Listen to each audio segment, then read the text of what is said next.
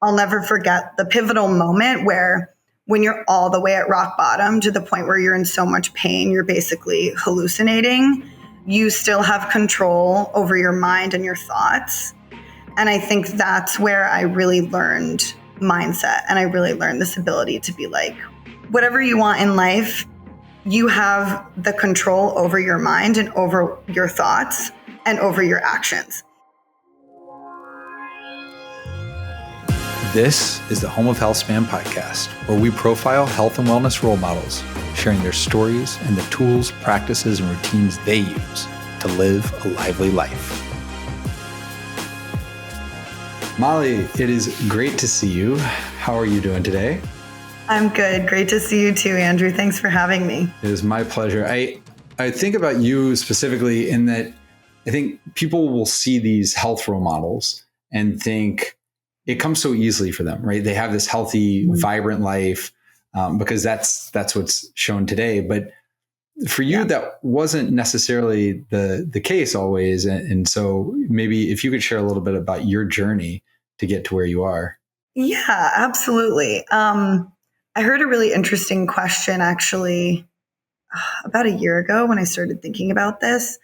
Another podcaster asked someone, what is the earliest thing I need to know about you to understand who you are today? And that question really got me thinking, okay, what is the earliest thing to know about me to understand who I am today? Because I'm healthy, I'm an entrepreneur, I do all these things, I have this seemingly very productive lifestyle that I've built, but it definitely wasn't always like that. And I think in life, you have a lot of different new beginnings. If you want to become an entrepreneur, if you want to change your life for, become a lot more healthy. Right. And so for me, I didn't think a lot about, I was diagnosed with a pretty aggressive form of ulcerative colitis when I was 13 years old. And the diagnosis process, as many of us know in the medical world, it can be long and complicated. It took about 3 to 4 months to kind of diagnose me.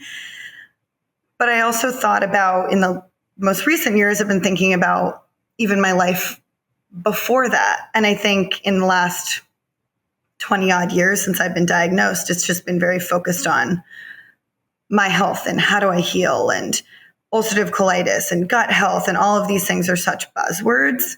But I realized when I really started digging to before I was diagnosed, the first 12 years of my life, I think a lot of that mental instability, I wasn't the person that I am today.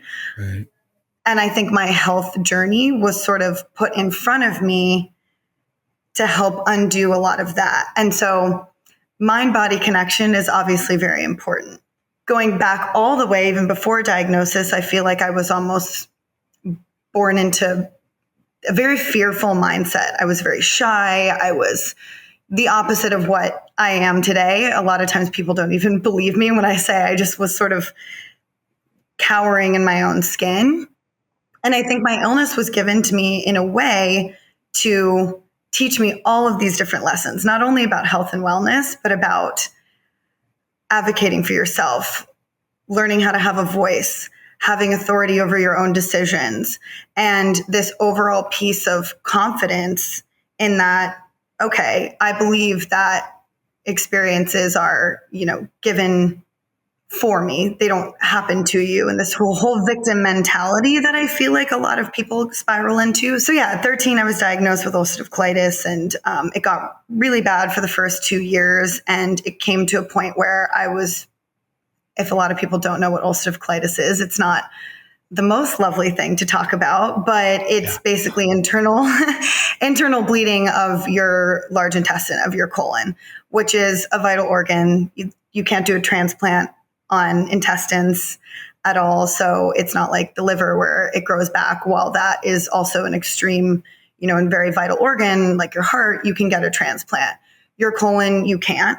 And so it came to a point where all of the bleeding was either going to kill me, or I had to basically get my colon removed. And I was 5'6" and 64 pounds. And I mean, Yeah, because you can't absorb any nutrients or anything, right? Like it's just, yeah.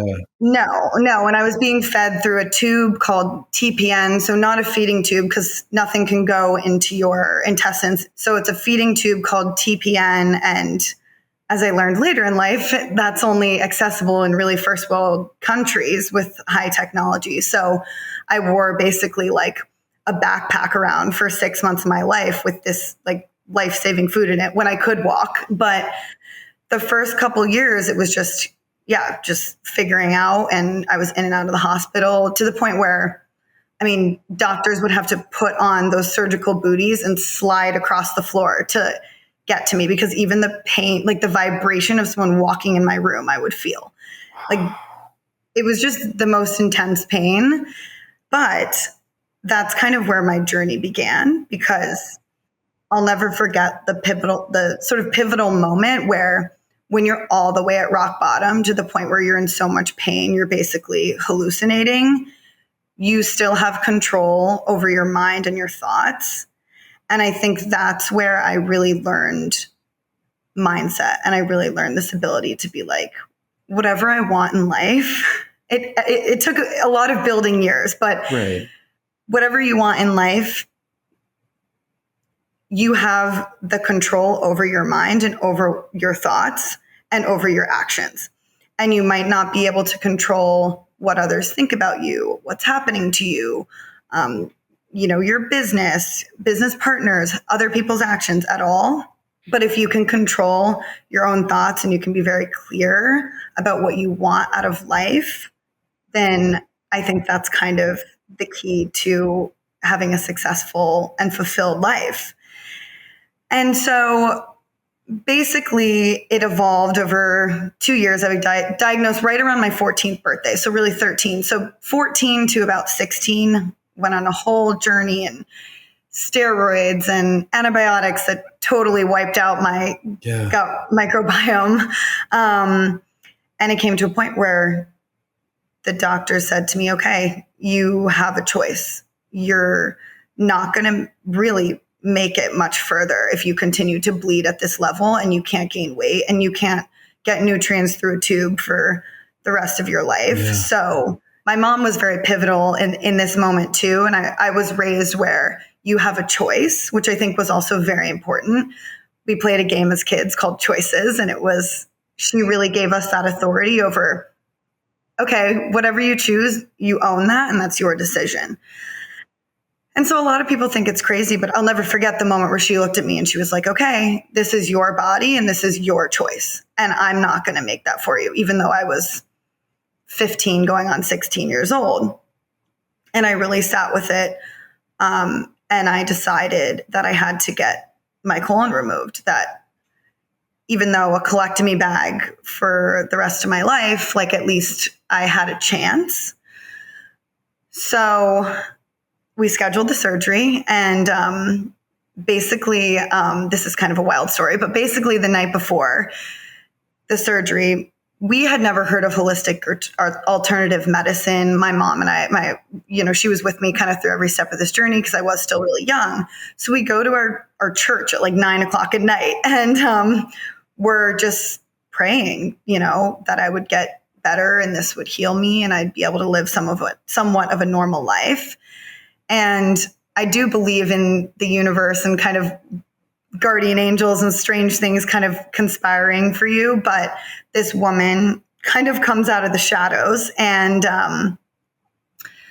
she was like, why are you guys crying? We told her the whole story. And she basically said, okay, have you ever heard of, alternative medicine, any of this stuff, And we were just had no clue, this was 2007. And so she was like, come upstairs. In the steeple of the church, she kind of whips out this massage table. This is the craziest story ever.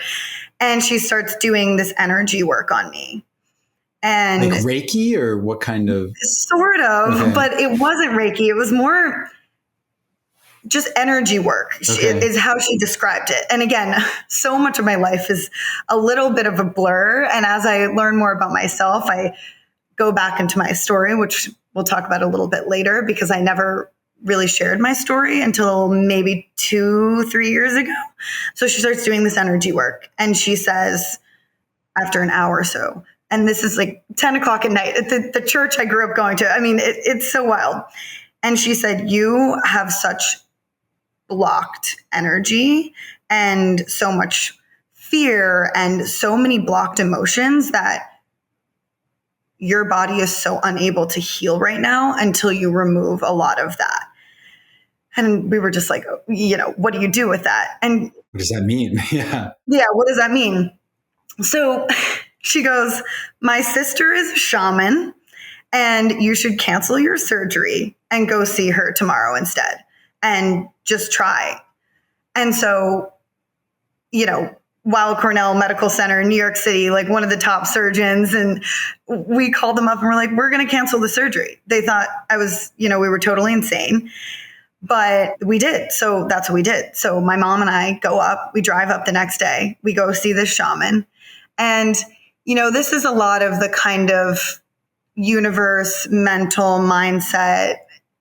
Take with this, a grain of salt. Obviously, everyone's journey is very different, but we dove headfirst into the holistic wellness spectrum. And it was a really, really wild experience. And basically, I had a lot of stuck emotions and fear. And I think what I've learned, and I can go into the whole shaman experience if you want, but it's a wild story. It's a long story. But basically, I think that chronic illness can be so much more than meets the eye. I think there's a lot of underlying factors to it. Oh, yeah. And your mind and your body connection, if I've learned anything from my many hospital stays, and while I wish it ended there, I still had many hospital stays after that as I was trying to figure out how to heal. I think that's an important point. It's not saying, hey, I saw the shaman and my ulcerative colitis magically disappeared, right? You're still having to manage that. But the important word there is manage it, that you've gone from not being able to do anything about it. The only option out to survive is taking your colon out, to it's now something you can manage, and you do manage. Right.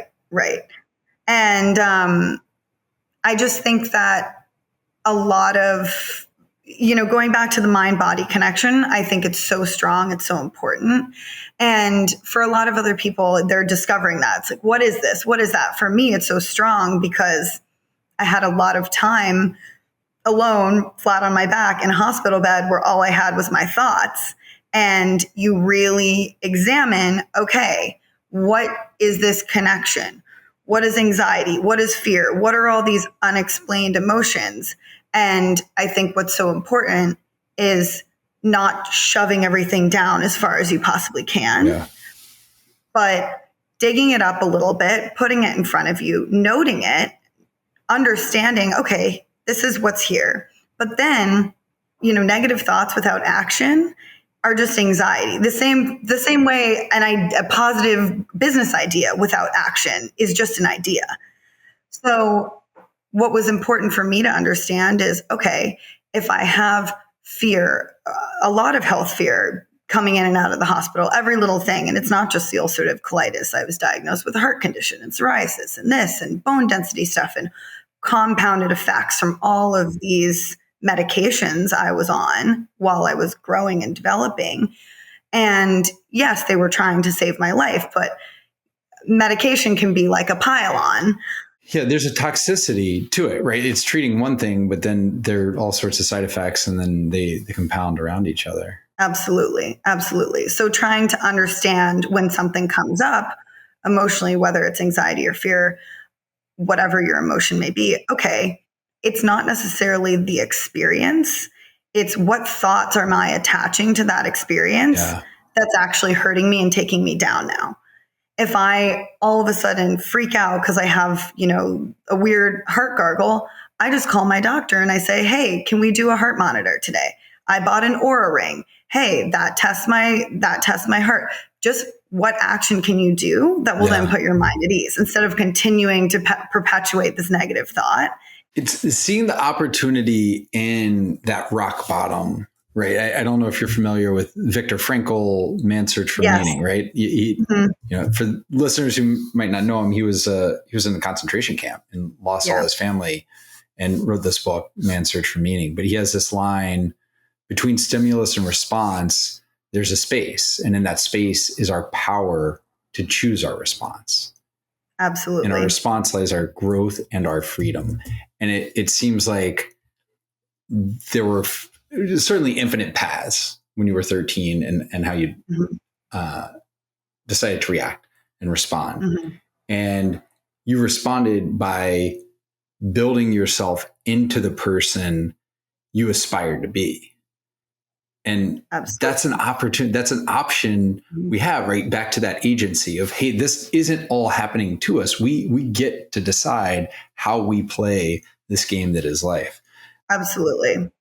Yeah. I mean, I always say to people when they hear my story, I'm grateful for it. My illness, all my struggles, all of these things, they have given me so much more than they ever took away.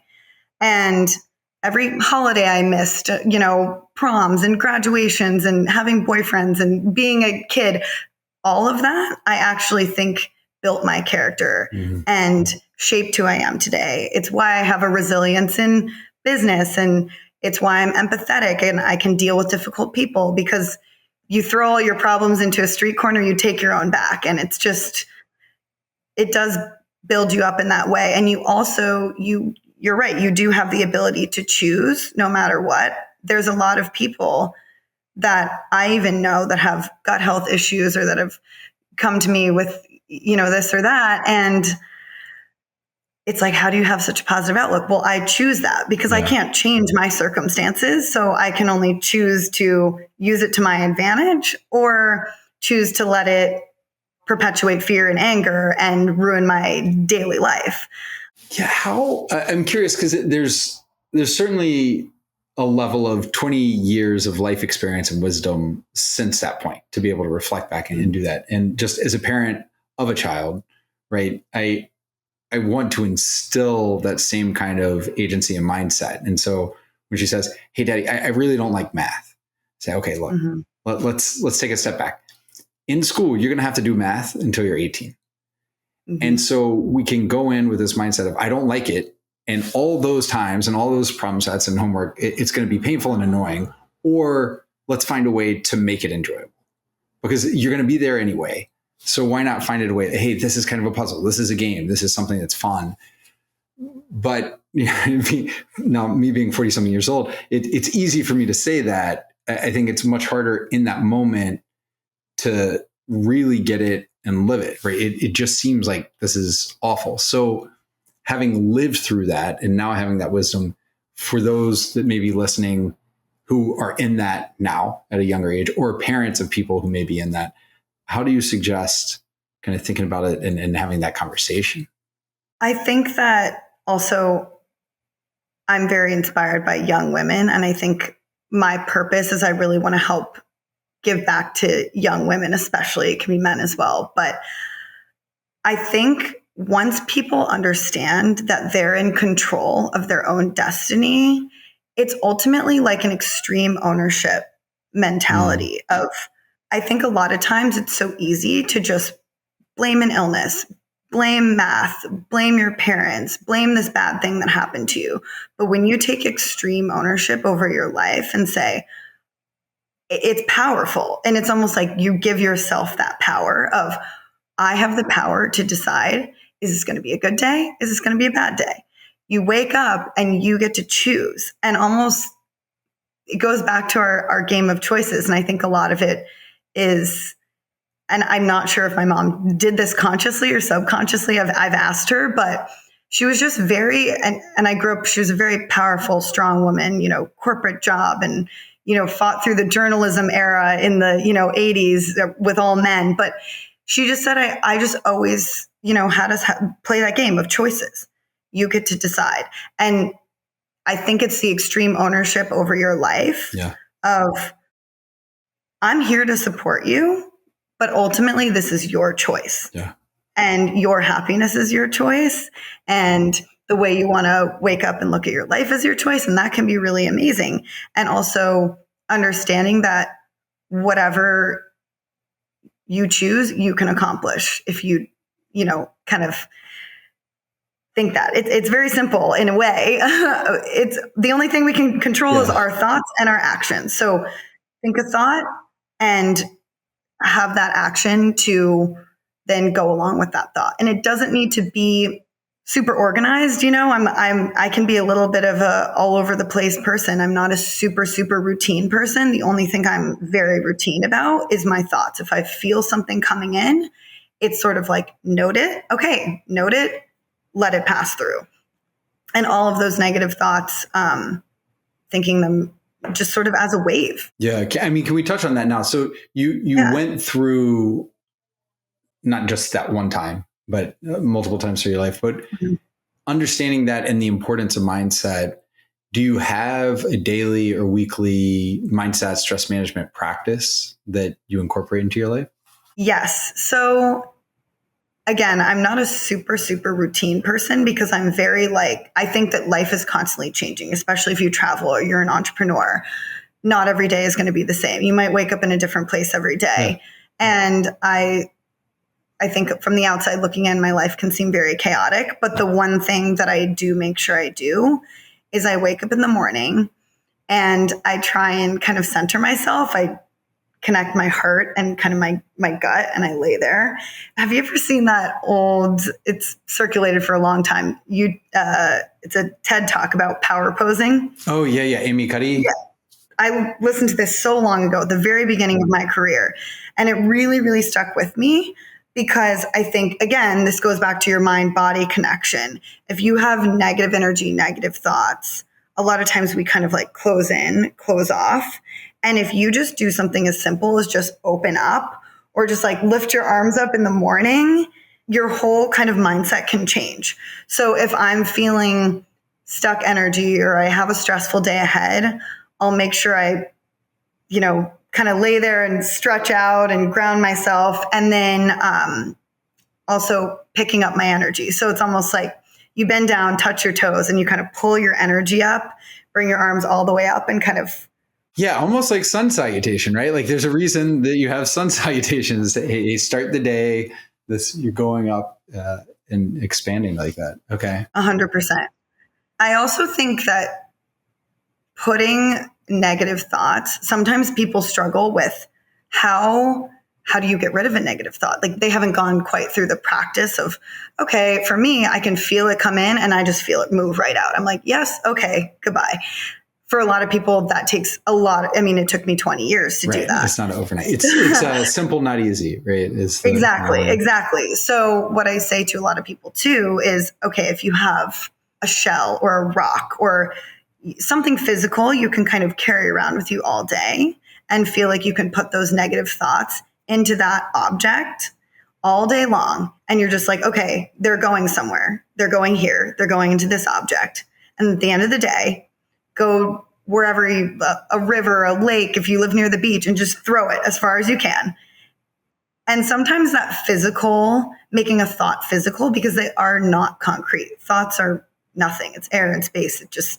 But making it physical, I think sometimes helps people understand that they can get rid of it. I think there's really something to that. We had another guest that had the practice of, you didn't want to be the person necessarily always telling your friends or whining or something, but just writing it down. Totally. She'd have the practice, write it down, and maybe you throw it away, but it's transferring it from circulating in your mind to physically putting it down. I also, sorry to keep going back to parenting, but a lot of times as a parent, your child will come home from school and they'll tell you all the things that went wrong.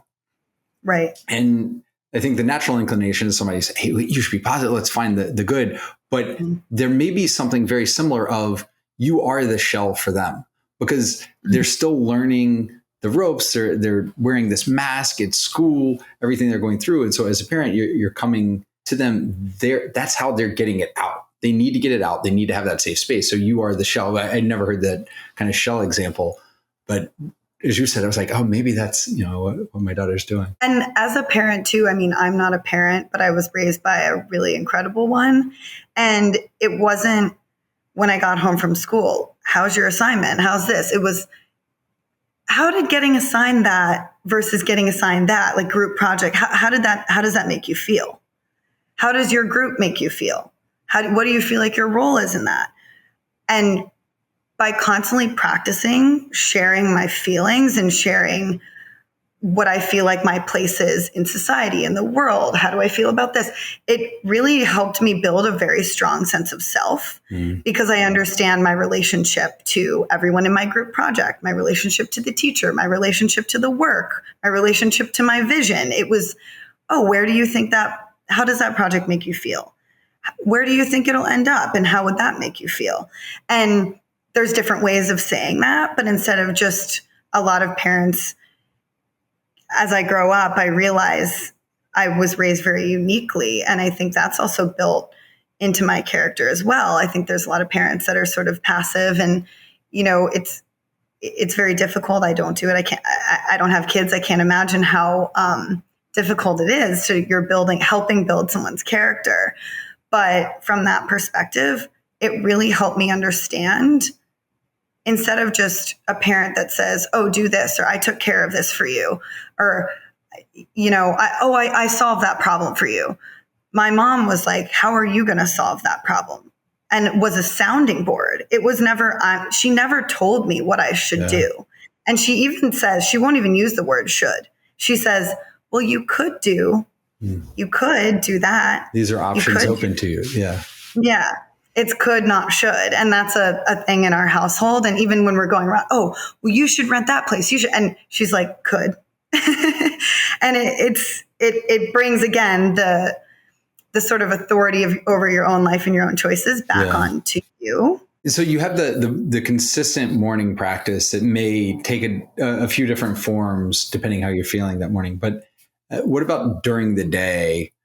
Do you have any kind of pauses you take, or is it just, hey, it just flows through? So I really focus on taking each moment as it is. And I think it's a big buzzword of live in the moment. And what does that really mean? And I think it's take what's happening. Okay. Think about it and then take action on it. So if I wake up, I do have some consistent routines. I try and do celery juice every morning. I also think, going back to, I'm sure you've heard of medical medium, and, he's kind of all over the internet now.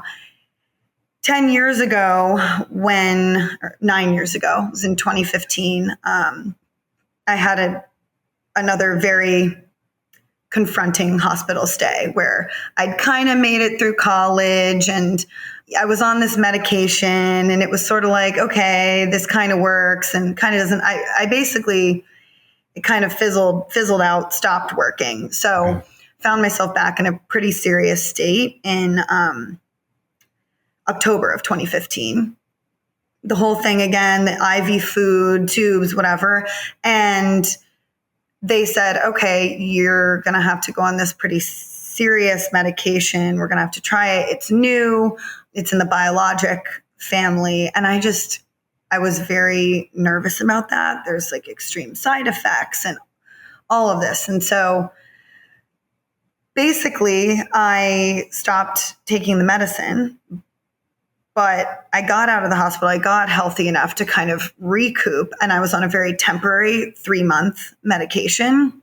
And the second I stopped it, it was almost just like I could feel my body downhill, downhill, downhill.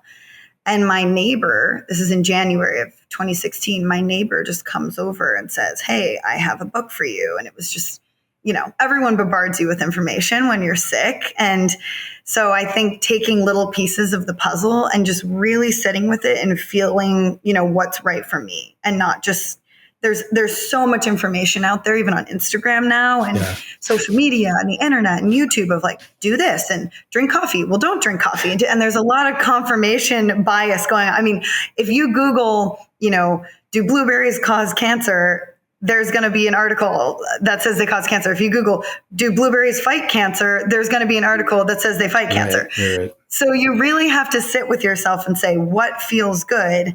What do I feel like is right for me? And so I honestly didn't read the book. And And then my mom, I was very sick, and she was like, I skipped to the glossary to see if there was anything about ulcerative colitis. Turns out there's a big chapter about ulcerative colitis. Now we all know the medical medium is everywhere, and it's a very extreme perspective, but it really did kind of save my life at that point. I did this cleanse, and it was, just raw fruits and vegetables for 6 weeks until I was crying into my lettuce at the end. It was too over the top, but it was a good reset in a way. And I learned about the celery juice. So I've been doing that pretty much every morning for the last 9 years. Do you make it yourself? You buy? I do. Yeah. I make it myself. I have a juicer. It's become almost therapeutic to just kind of like boom, boom, boom, do it. What juicer do you use? It's a Breville. It's actually a very unique one because it's small. I don't like the ones with the big giant bucket. I'll send you the link, but it's kind of goes into, it's smaller. So it's easier to clean. You can put it in the dishwasher. But yeah, it's a Breville. And I know there's a lot of, the cold press juicing is obviously better, but that takes a lot of time because my parents have one of those. And I think, there's a little bit of go between, okay, I'm a busy entrepreneur. I still want to remain healthy. You can't do everything perfect. Time is the only finite thing in life. So, you have your health and you have your time and you have your wealth, and you got to kind of figure out how you're going to optimize your life using those three resources. And so for me, the book Die was zero, but he kind of talks about those three things. And I really like that philosophy a little bit because time is so finite. And as an entrepreneur, I want to do so much with my time and I want to pack a lot in, but also health is really important. It gives you more time. Right. Exactly. Am I doing it perfectly? Probably not. I should probably do a cold press juicer, but it takes me literally 2 minutes to make my celery juice. And if that means you do it every day versus I do it once every 2 weeks and then I stop because it just became too hard, then the theoretical best thing isn't the best thing if you're not going to do it. The best thing is whatever is the closest that you actually do. Yeah. And you can stick to it. Yeah. So that's what I do. And it's really easy. And I buy organic celery and I just do Whole Foods delivery. I get all my food delivered because that also saves time. Yeah. And for me, even as busy, air quotes, as I am, I can still find time to fit my health in. Oh, sorry. I was just going to keep going on nutrition. So we have consistently the celery juice, like understanding you're not super strict on routines. Are there other things you say, hey, I try to make sure I get this in the day. Here's what my nutrition profile looks like. So I use, again, going back to some of the medical medium practices, and only because it really did very miraculously work for me. And again, it wasn't like overnight I'm healed, but over the last, 9 years since I kind of discovered it, now I take a lot of the information with a grain of salt, but I do some of the supplements that are recommended for ulcerative colitis. So which ones are those? So I buy them all from Vimmergy, which is, they're all clean, holistic. Thorn is another really great brand that I do a curcumin, which is like a turmeric kind of supplement that really supports gut health. Golden Seal is what I do from Vimmergy, and it's sort of it's a dropper, and it tastes kind of interesting, but I just do 2 droppers every morning. Mm-hmm. And I do that especially when I travel to Bali for my job, because it's a whole nother story, but third world country, we'll get there. But, and then I do a heavy metal detox smoothie, and that is daily, not every morning. It depends, it ebbs and flows depending on time. I have been doing it daily since I got back from Bali. I was there all of last month. So when I know I definitely kind of want to reset, I've been traveling a lot. It's basically just banana, wild blueberries, orange juice. I put a little coconut water. I mix it up, dates, just all really healthy, healing, filling foods. And then the Vimmergy spirulina powder and barley grass juice powder. And those are just those have been really healing supplements for me, as well as collagen. I just got a new really clean brand. I use an app called Think Dirty to basically find the cleanest brands. So I think collagen is great. I mean, I have a bit of a bone density issue. So collagen's really helpful for that. Outside the collagen, do you supplement with any other protein, or do you get enough with your diet? Yes. In the heavy metal detox smoothie, I'll sometimes put a little protein in there. I use a protein powder called Ritual. It's super delicious, non-GMO, really great. They have vanilla. So that's the one I use. But yeah, so there's the supplements. And again, it definitely ebbs and flows. I try to do the supplements every single day. But if I'm feeling really good and everything's, kind of going well and I'm really busy or I'm traveling, maybe I skip a day. But I always end up coming back to it based on what I feel like I really need and what my body really needs. If I'm in a high stress time, that's when I really try and make time in the morning to do that. But I think at the end of the day too, with my diet, for 20 years, I've been gluten-free. That was basically one of the very beginning things that I discovered after the whole, crazy shaman experience. I've been gluten-free for a really, really long time. This is back when people didn't even know what gluten was. And my mom and I were doing, food science in our kitchen, making things out of ground almonds. And I mean, it was wild. Now it's a lot more accessible. And most products at Whole Foods are really incredible. I think that sometimes gluten-free bread, depending on how you process it, if you can process gluten and it feels good to you, as long as it's not ultra processed. For me, I can't. Even the sourdough thing and the healthy, it doesn't work for me. I'm just highly intolerant. I think there's a lot of gluten-free products that aren't so good. They're packed with like corn and seed oils, and you're kind of giving up one evil for another. Yeah, the labels can be deceiving. As I explained to my daughter, refined sugar is vegan. That doesn't make it healthy, right? Like, so just make sure you're eating good stuff. Absolutely. And the vegan movement, I think there's so much of a marketing ploy, especially in the US.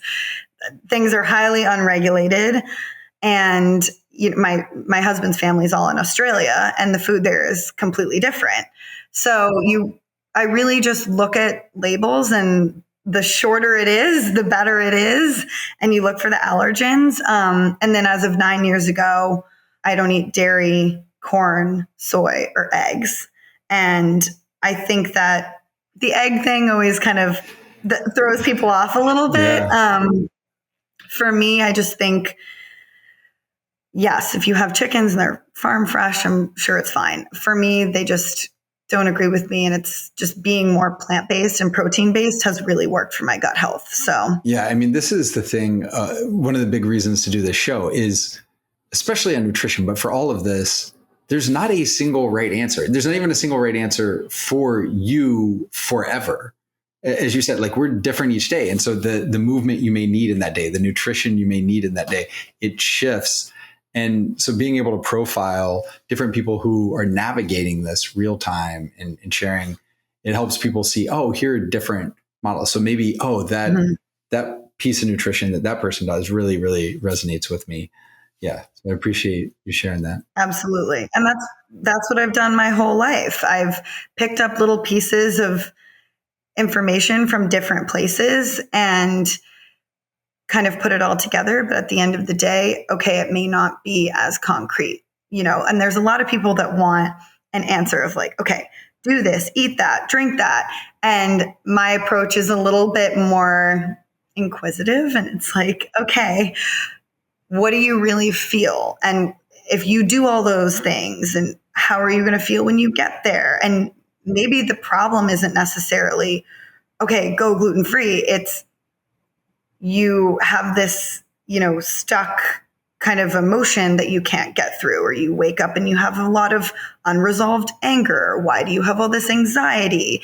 And really trying to ask yourself why, and really trying to dig all of that up and sort it out. And that's the hard part. And that's where I've seen the most healing and the most transformation in the last 3 years, where I've started to share my story and talk about things and understand, okay, I don't do anything without going through a quick check-in of, why am I doing this? How is this going to make me feel? How is this going to affect my day? And in a positive way or a negative way, from something as simple as, Someone wants to have a call about a new idea. Okay, what's already on my plate? Do I have time for this? So it takes a while, but my biggest piece of advice is really trying to understand and build up to have a strong sense of self and a strong direction of where am I going? What do I want to get out of life? What makes me feel fulfilled? And I think that goes into purpose. And I think that's a buzzword sometimes as well. Like, Yeah. oh, I need to have this one, profound purpose that's going to change the world. And It's a really high bar to hold yourself to. right, exactly. And it doesn't always have to be that way. It can just be, my purpose is to wake up and feed my dog and take him or her for a walk. And I mean, I don't have a pet, but I know, if that's what you want to do, then that's great too. I saw a really interesting thing on social media, and this guy talking about his regular life, and he wakes up and he takes his dog for a walk and he goes to work and he takes his lunch break and he comes home and he, reads a book and goes to sleep, and he's very, very happy and content. And that's totally okay also.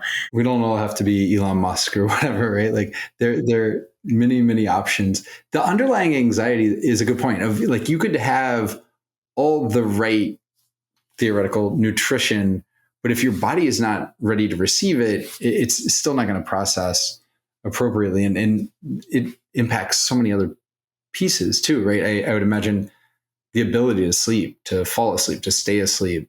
Do you have, how do you prioritize sleep? How do you work through that?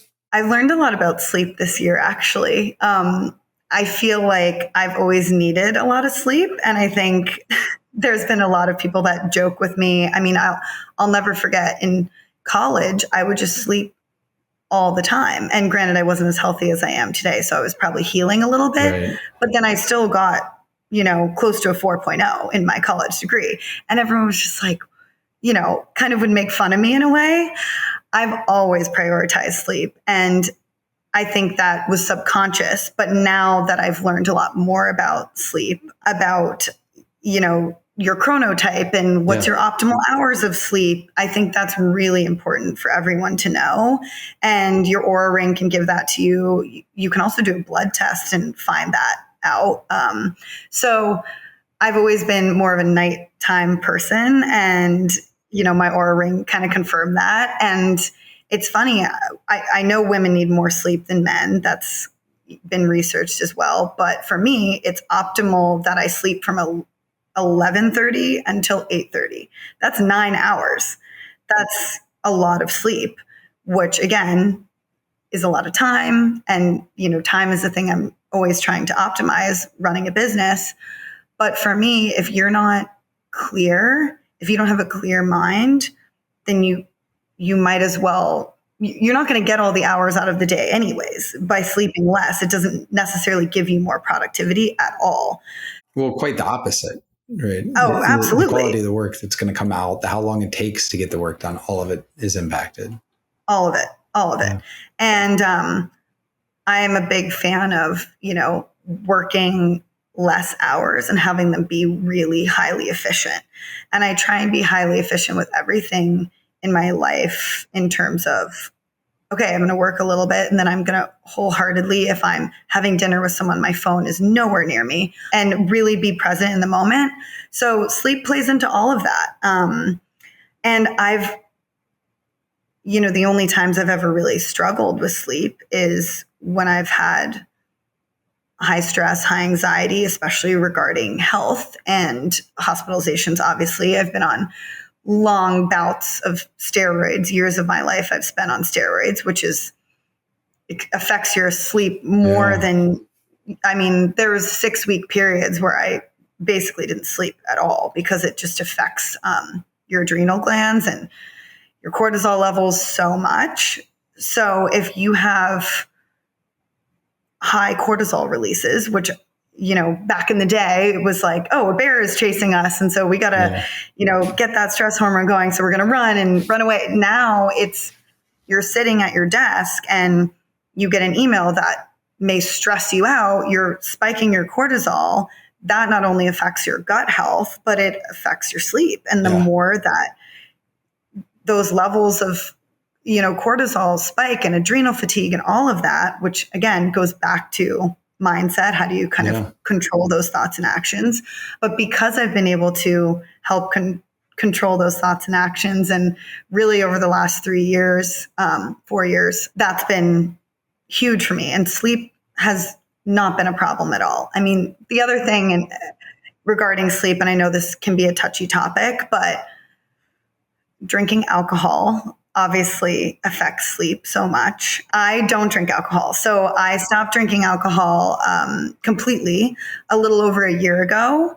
And it's really changed my life. And I think it's so much easier said than done for some people.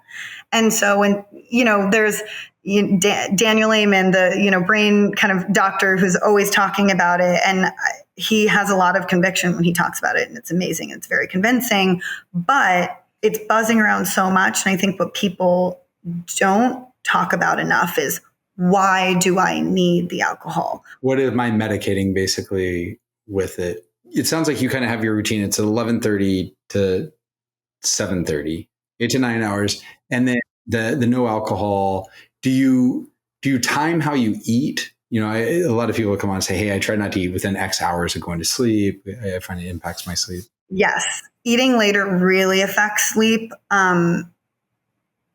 For me, it doesn't disrupt my sleep enough to wake me up. But it's funny, my Aura ring will say your heart rate was elevated because you ate closer to bedtime. So that's obviously huge. I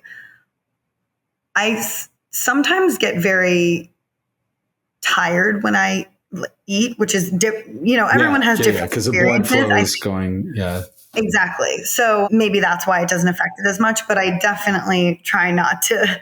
Eating late, it definitely affects your sleep. So I think the optimal time for eating, I don't eat a ton in the morning, but except for my smoothie. And then I usually have lunch a little bit, later around 1 or 2. And then I try and have dinner 7:30, 8:30, which, because I'm more of a night owl, that's enough time. 11:30 to midnight is kind of when I fall asleep. So 5 hours before I fall asleep, 4 or 5 hours, I think that's a substantial amount of time. With travel, because I know obviously a lot of your work is in Bali. You're having it, when we spoke initially, you're in Florida, like you're bouncing all over. How do you think about creating the sleep environment? I mean, do you travel with an eye mask? How do you keep the room temperature wise, or the sheets or anything? Yes, temperature is very important. And it's funny because normally I live in Florida. So normally my house is set to 75 during the day, and I have no problems with that. I run very cold. At night, I sleep at 65 degrees.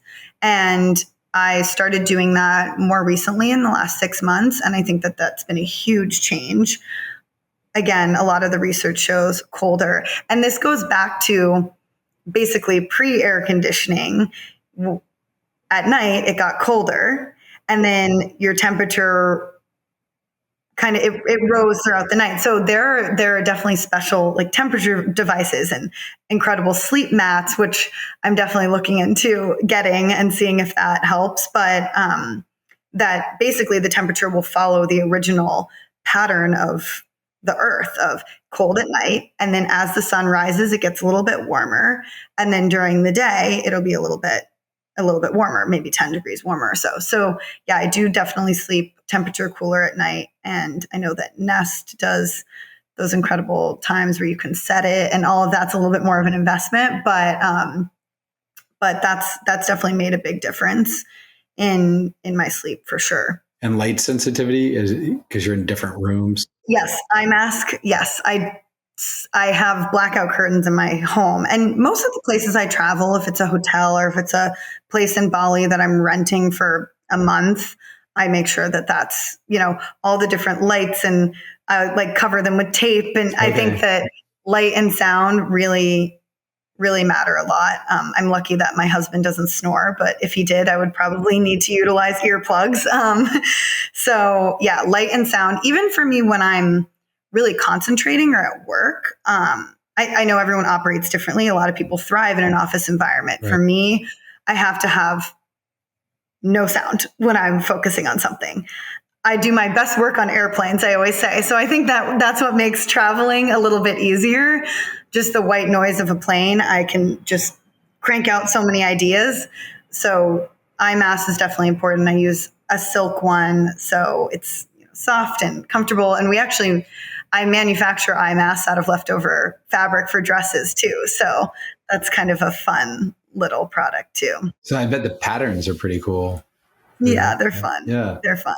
They're really fun. You started the day, right? You thinking how you move your body based on how it feels. Do you have kind of a movement and fitness, not set routine? Because I know you're not big on routines, but you try to say, hey, within a week or month, I'm trying to get these kind of modalities in. Yes. So definitely. I think movement is super important. Trying to build up my bones back because I have osteopenia. Right. I go to a place called OsteoStrong. And so that's, it's just force against your own body weight. And research has shown that that helps build back bone density. So that's really cool. And it's not as much of a workout. I definitely try and walk at least 3 times a week. I also think walking is just very meditative too.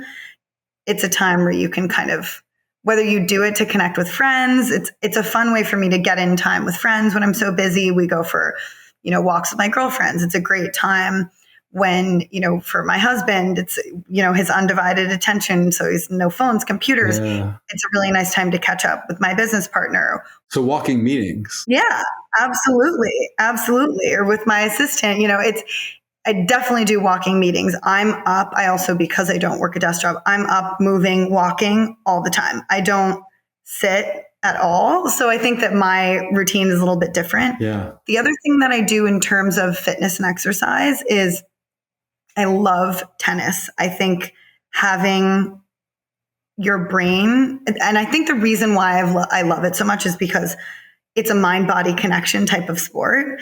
And it stimulates my brain, and there's strategy. You're kind of thinking while you're working out, and it's a good workout, especially June in Florida. I mean, it's very hot. You're swimming as you're getting across the court in that humidity. Yeah, absolutely. Absolutely. And you know what? You can kind of pick it up and do it anywhere. I brought my racket with me to Bali, and the place that I stay has got an indoor court 10 minutes away. And what kind of racket do you use?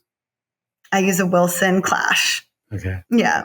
And it's great. And I use a little bit of a heavier weight. I mean, I'm a lefty, so, grip's got to go the other way. It's a little interesting, but it makes it fun playing. And I think anything that can stimulate your mind, and especially the mind-body connection, for some people, it's golf. I know pickleball has been a huge thing. And it's also a lifelong sport. So it's not something that I was listening to a podcast the other day about, exercise and moderate exercise. And I think over the course of time, because if you're like pounding in the gym or lifting crazy weights, that can sometimes do more damage over time. My husband has 2 torn labrums from being in college and like pumping iron. And it's like, maybe that wasn't the best thing to put that high level of stress on your body. But again, everyone's different, and I have a smaller frame, so I'm not gonna,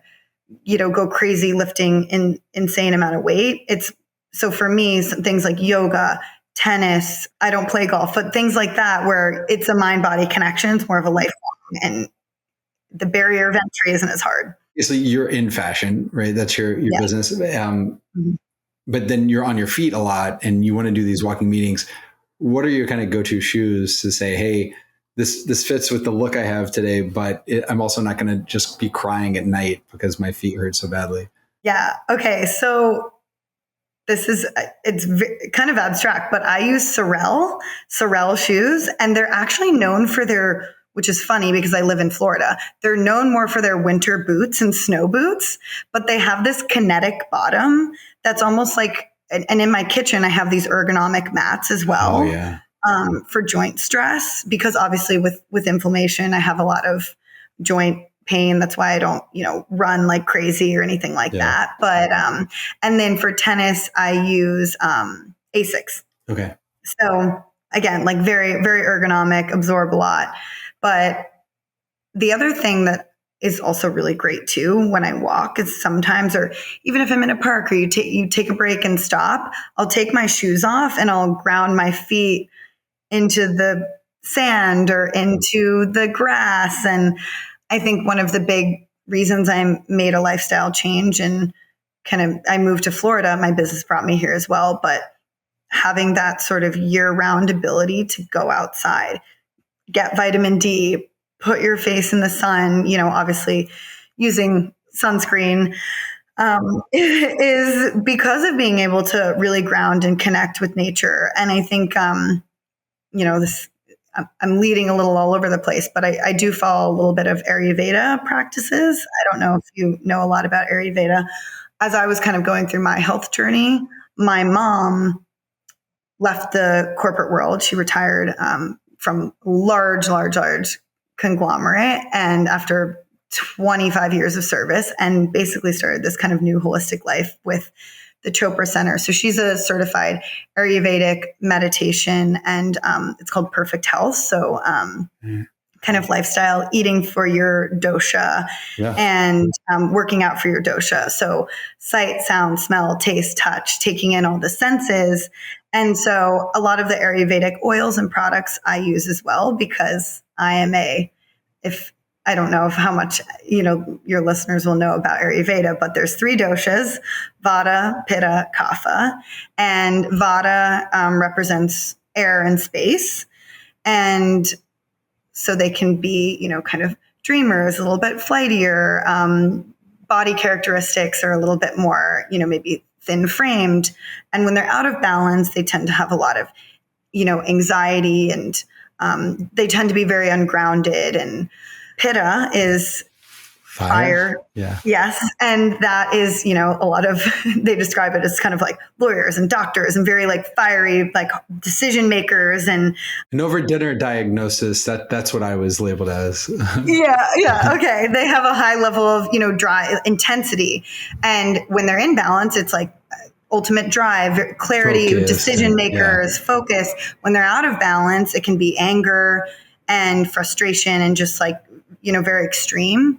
And then Kapha is Mother Earth, basically, kind of mud, dirt. Yeah. And they can be very, very grounded, very calming, hold a lot of space. But then when they're out of balance, very slow, very sluggish, tired, unmotivated. So I try and eat a little bit, given that I am primarily Vata, Pitta.